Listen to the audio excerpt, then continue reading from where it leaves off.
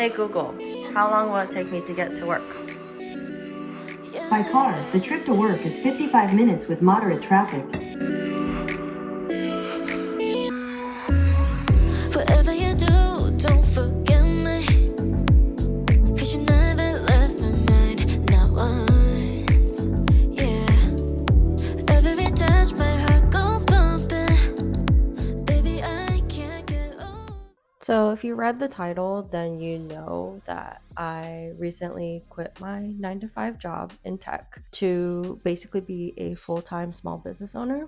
I wanted to talk a little bit about this and just document my journey and my thought processes, how I came to this decision to actually make the jump and why I made the jump, because there are a couple of disclaimers for sure. These are just my reasons solely. I don't think that you have to leave your 9 to 5 to do a small business. In a lot of ways, a 9 to 5 can be great. It can be a way to fund your small business. It definitely was helpful to have, some extra cash on hand so that I can spend that and invest that into my own businesses. The other caveat is I definitely am nowhere near replacing my paycheck with the amount of money I'm bringing in with my small businesses. Generally, as a very blanket statement, I would say I would not recommend that for everybody. However, I did still run the numbers. I'm acknowledging that I'm in a pretty privileged position in some ways. I am married, so I have a partner who has a full-time job with benefits. On that count, I don't have to go and look out for my own health insurance, though I have at least considered that and baked that in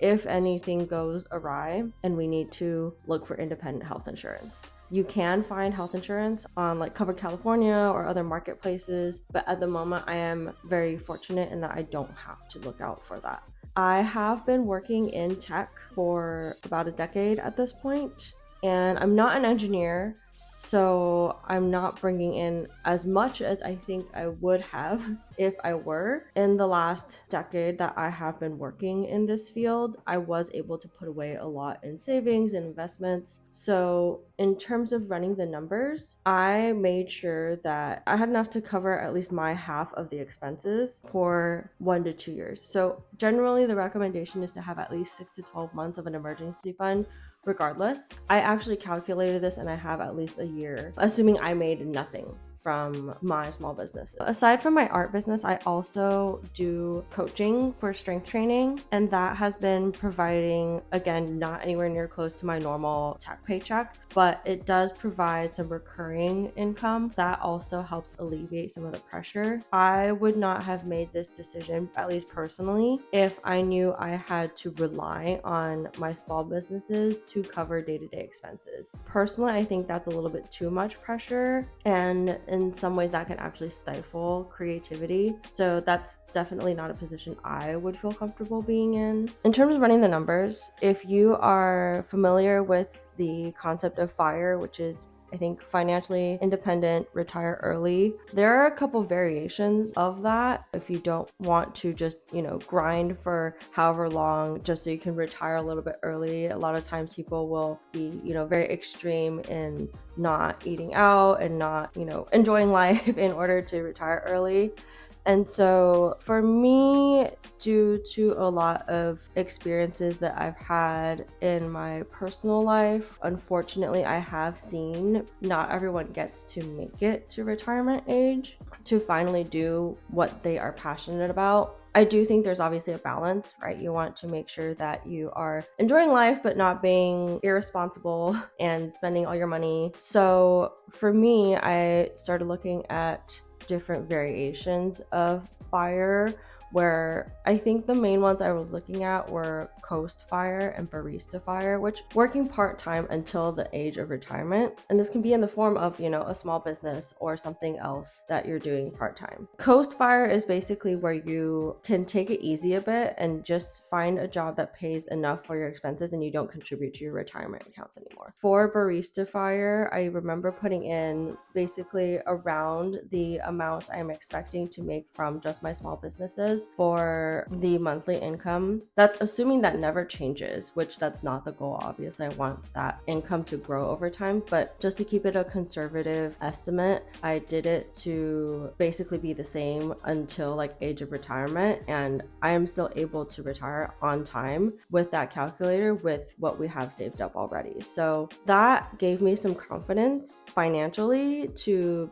be able to do this. I would say a big piece of what drove me to this point was to actually operate my small businesses as opposed to hobbies. What I mean by that is actually have some sort of, at least a very loose strategy in place on how I plan to grow the business over time. So for the strength training side, I started working with clients in around August of last year. I really spent time thinking about how do I put together a pricing structure? What kinds of services am I going to offer? Am I going to offer group classes? Am I going to offer one-on-one? What should I focus on first? How do I incentivize people to stay with me long term and make sure that I'm providing value over that time? What tools do I need? How do I want to make sure like I can vet the types of clients I want? What kinds of people should I be targeting? So actually thinking about these things with a little bit more intention has been really helpful. So that's something from that side. And then from the art side, I'm thinking about how can I offer different products at either different price points, or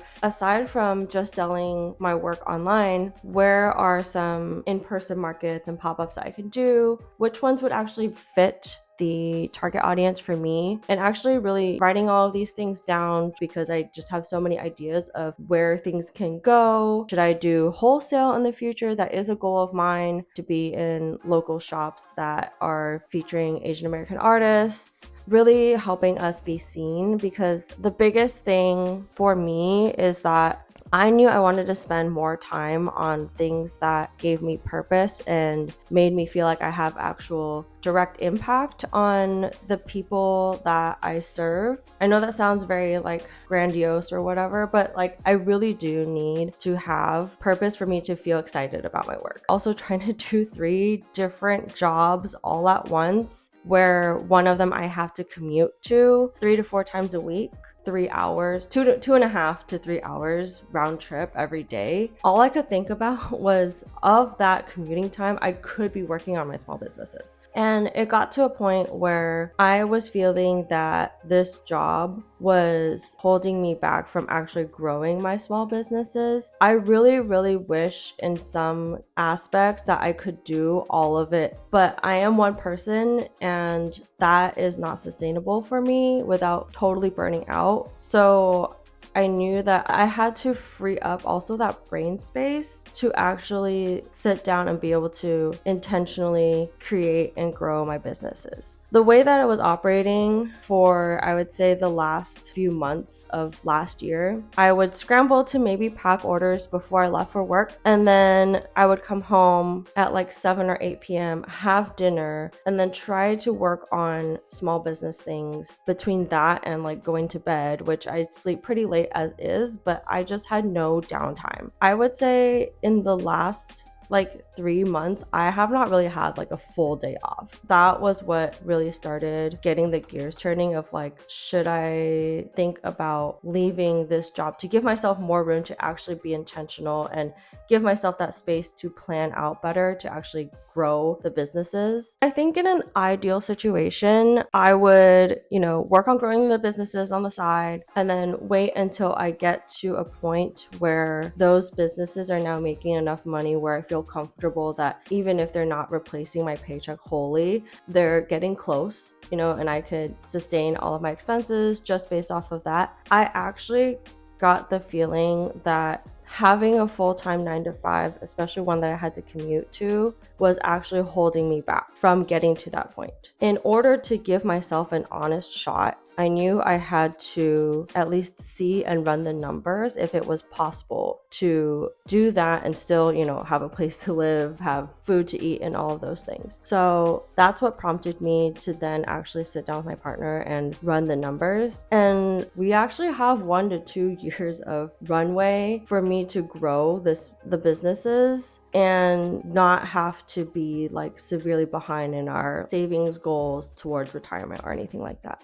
The other thing is that while I was not making enough to replace my paychecks, the income that I had generated from both my strength training coaching and my art businesses is that revenue was increasing steadily month over month. And while I also need to acknowledge that, growth is not going to be linear, especially for the art side of things, when you're selling physical product, it is just a lot more volatile. You have holidays where people are more prone to buying gifts and things like that for their friends and family, whereas there's going to be some more, I guess, like dry seasons in some ways. Having that positive trend definitely helped build some confidence for me that, hey, like I'm doing something right and it's generally going the right direction. From the strength training side, I got basically one new client a month for the first 3 or 4 months through just within my own network, a couple of referrals, and that allowed me to see a linear-ish growth in terms of revenue because most people do tend to stick with me. That part is helpful in maintaining like a baseline of income. And then for the art side, I went from 1 order a month for most of last year to then on average at least 1 order per week for honestly since November, which is a huge jump. It's not enough to live off of yet, of course, but it's really promising progress. I'm not expecting that to continue to grow exponentially, but it is promising to see that like putting in more effort and more intentional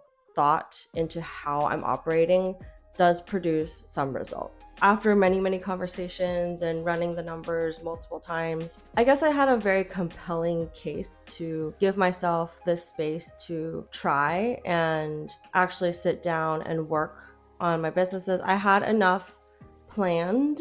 I knew how to give myself direction and purpose. I wanted to try a few more markets and figure out, what was giving me the best returns, which communities are the best for me to connect to and kind of expand from there. How do I want to think about getting my catalog established enough before I look at wholesale opportunities? Where should I be looking at wholesale opportunities and try? So I knew that financially I was in an okay spot, and worst case scenario, if this doesn't pan out in a year or 2, I could always go back to the corporate world. I haven't burned any bridges. I still have good relationships with people that I've worked with. So I'm not too worried about that. The other piece I think was to make sure that I am mentally ready to tackle this, because working as a full-time small business owner is definitely something that is not for the faint of heart. I know that said a lot, but I truly don't believe that I could have done this, but honestly, before my last job. I would say 2 to 3 years ago, I was an entirely different person. I was not as resilient. Not that I am super resilient now, but 3 years ago, I had such an intense fear of failure in any shape or form that I think any sort of setback would just ruin my day or week or month, and I would just not be able to recover. So I think that through my last job, which was at a tech startup, and at these kind of places, things move so fast. You have to just try a bunch of different things and things will fail and you learn from it. You have to learn very quickly, get yourself back up and basically just try something new. And all of those things I think really helped me mentally prepare and know that I have a general idea of what I want to try and where I want things to go. But in terms of the expectations that I'm setting for myself, it really is just going in to learn, see what works and what doesn't, and then pivot from there, as opposed to just like, hey, I have this goal I want to hit. I want to earn X amount of money. If I don't hit it, then I'm a failure, which is like definitely the type of mentality I had before. And I think I still am prone to thinking that way, but I am a lot better at pulling myself back and saying, okay, but what did we learn from this? That's the most important. The most important thing is to be able to keep going. I think truly building a small business is really about like planting the seeds and the foundation and waiting for things to grow from those efforts. For me, that is something that I think I at least know a lot better now. So mentally, I think I am also a lot more able to handle all the different challenges that will inevitably be a part of this process, be able to kind of just roll with it. I'm sure there will still be hard days. I'm sure I'm still gonna cry on certain days, but at least I am capable of picking myself up and basically just keep going. When I finally decided to myself that I was going to quit my job to basically work on my small businesses full time, and I think this happened a lot sooner than I had planned. I think I was thinking maybe sometime in 2025. But I wanted to take advantage of the momentum that I was building with both businesses. And also, once I had decided this, like in my brain, I kind of just felt like I was holding a secret walking around at my regular job, especially with my boss. We had worked very closely together for the last 2 years since I had joined when the company was still basically a baby. It was very, very hard to have one-on-ones with her without sharing that I had made this like major life decision. And I'm really not good at hiding my emotions. So I gave notice in mid-December. I was very emotional about it because this was a job that I had enjoyed and I liked working with everybody there. I felt like I learned so much in the last 2 years compared to even the last 8 years before that at a different company. It was a very tough decision for me, but also not really because I knew that's what I needed to do. But she was so supportive and happy for me that I have things that I'm passionate about that I want to basically spend my time growing and building. I think that was very comforting to know that I was leaving things in a good place. I had helped bring on a couple of people that would help offload some things from me, and so I wouldn't be leaving as big of a gap per se. Upon leaving the company, I still gave a pretty long notice, like over a month. Everybody that I told was really excited for me. I was like sad but excited, which I think is such a great like dynamic to have when you're leaving a place. The last times I had left a job were not under happy circumstances, so in a way it was also very healing to have this experience. It's good to know that I haven't burned any bridges. I could always go back or at least have some sort of connection there to find another job if it really came down to it and like this whole thing doesn't work out. But I knew that I would be more upset if I didn't at least give it a shot. So I wanted to cover some questions that I got through social media around this topic because I know a lot of people are often grappling with, should I keep my 9 to 5 while I run a small business? When's a good time to quit my job to focus on the small business? And obviously, big disclaimer, the ultimate person who can make that decision is going to be you. But what I can share is kind of like how I approached these specific questions for me and how that led to my decision and what the thought process was like for me. Hopefully that will still be somewhat helpful in terms of giving you some insight into different components of things that you should be thinking about, whether they apply to you or not. Yeah, so just let me know if these are helpful, but I'm going to run through a few of these. The first one I had is when to know when to quit. I would say that for me, the moment I knew when I wanted to quit was that I started seeing the full-time job as something that was holding me back. I was just so much more excited about the small business side of things. I had all these ideas. I wanted to work on creative projects. And I think that mentally was the point for me. And then, of course, financially running the numbers, knowing that it's feasible and giving myself that year or two to really build and make something of this. I think that's when I knew that, hey, like maybe I can do this. Maybe I can at least take a break and give myself the space to fully commit and grow my businesses. And then the next question that's related is how much money should I be making before deciding I can leave the 9 to 5? Again, very personal. I would say very generically, the most conservative and safest way to do this is to wait until your businesses have grown to the point where it's reeling in enough money to either replace your paycheck or come close. It can cover your expenses. Obviously, that's not what I did. That is the other perspective, right? Is if you have enough saved up and you're taking a bet on yourself, but you also know that having this 9 to 5 is not just funding your business at this point, it's actually holding you back. And I was in the latter camp. For the last 2 years, I would say, yeah, it was funding the business, as in I was bringing in a lot more than I needed for expenses. And so I was able to put that away. So I don't have like a black and white answer for this. It really comes down to your own comfort level, to be honest. But those are the different parts that I was considering. This other question is a good one. How do you deal with like worrying about what friends and family would think of you, having this goal to leave a 9 to 5 to be an entrepreneur? This is a thought that I have had. And I think it's very common if you're a child of immigrant parents, especially if you have the whole burden of they like came to this country to give you a better life, and instead of choosing like the stable corporate job, you decide to go out and build your own business and like take this huge risk. I would say if that thought actually holds you back from trying things, this is going to sound harsh, but you're not ready. You're not ready to make that shift. However, I do think this is an important point to tackle before you go into building something for yourself, because caring about what other people think and actually have that be something that hinders you is really important for running a small business in general, because your target audience is not going to be your friends and family for the most part.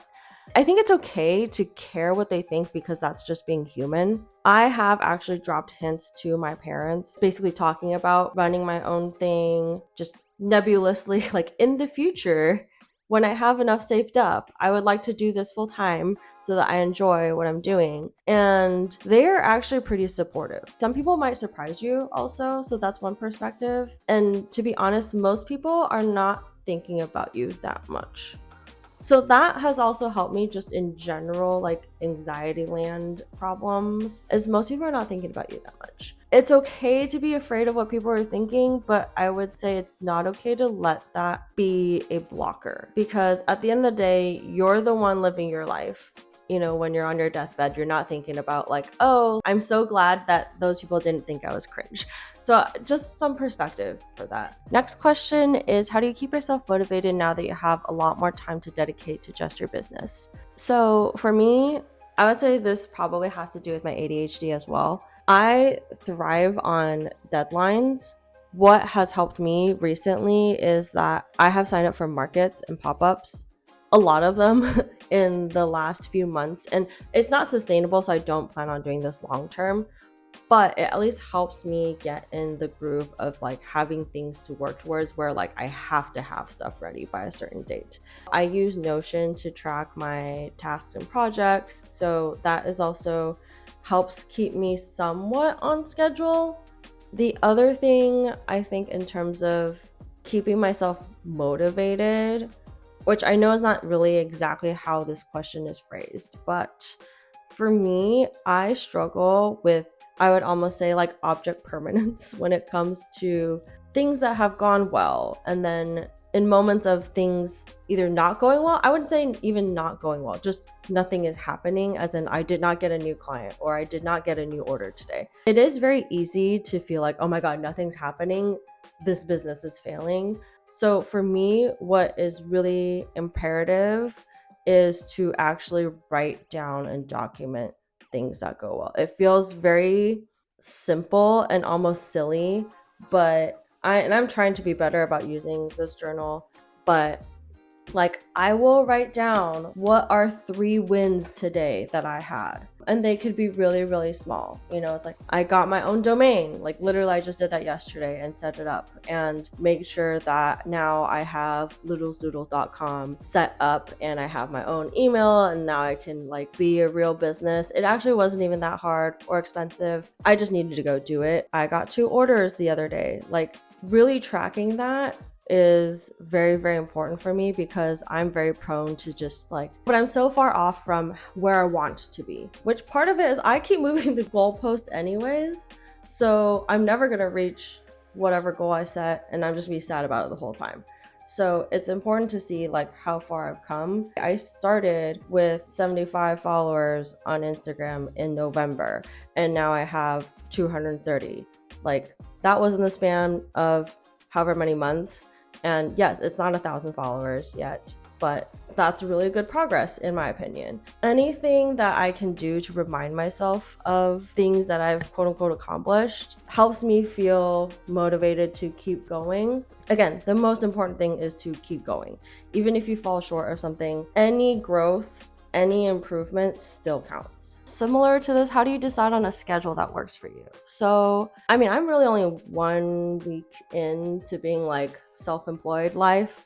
So I'm still figuring this out, but what I have been doing is putting time blocks on my calendar for certain types of work I want to do. So whether it's filming content like this or working on market prep, packing orders, I still need some structure at the end of the day. The nice thing is like I don't have to get my day going until like 9 or 10 a.m., which is where my brain feels the most productive during the day at least. And then I'm okay with, taking breaks in between and then coming back to it, though oftentimes I actually have to remind myself to take breaks. So there's that too. I have to like block out lunch, or like I should grab a snack if I am like working out later or anything like that, so I'm not doing it on an empty stomach. So that is something that I'll figure out more, and I'll probably do a separate video on that.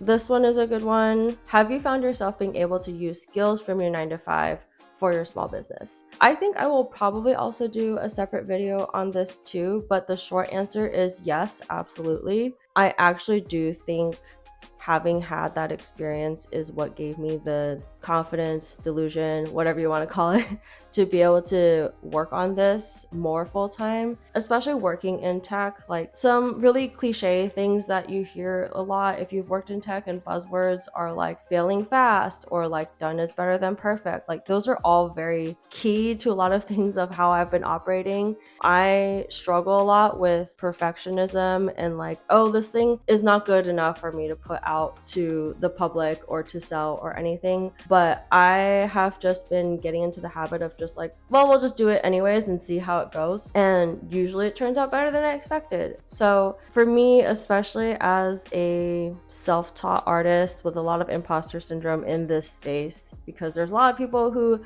on a technical side, like their art is way better than mine. And that's okay. The way to getting better at it is just to do it more, but it doesn't mean in the meantime I can't share what I'm putting out.